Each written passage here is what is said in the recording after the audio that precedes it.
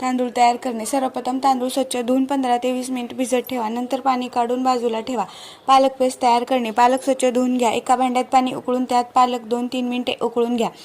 यामुळे पालकाचा रंग हिरवागार राहतो. पालक थंड झाल्यानंतर मिक्सरमध्ये बारीक पेस्ट करून घ्या. पुलाव बनवणे. जाड बुडाचे गरम भांडे घ्या. त्यात तेल किंवा तूप घाला. तेल गरम झाल्यावर मोहरी जिरे घाला. ते तडतडले की खडे मसाले घाला आणि परतून घ्या. आता बारीक चिरलेला कांदा गुलाबी होईपर्यंत परतून घ्या. आलं लसूण पेस्ट, हिरवी मिरची घालून 2-3 मिनिटे परतून घ्या. बारीक चिरलेला टोमॅटो घालून मऊ होईपर्यंत शिजवा. हळद पावडर, गरम मसाला, बिर्याणी मसाला आणि धने जिरे पावडर घालून 1 मिनिट परतून घ्या. आता पालकाची पेस्ट घालून घ्या. चांगले मिसळून घ्या आणि 2-3 मिनिटे परतून घ्या.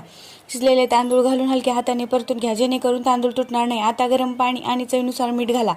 तांदळाच्या प्रकारानुसार बदलू शकते. साधारणपणे 1 वाटी तांदळाच्याला 2 वाटी पाणी लागते.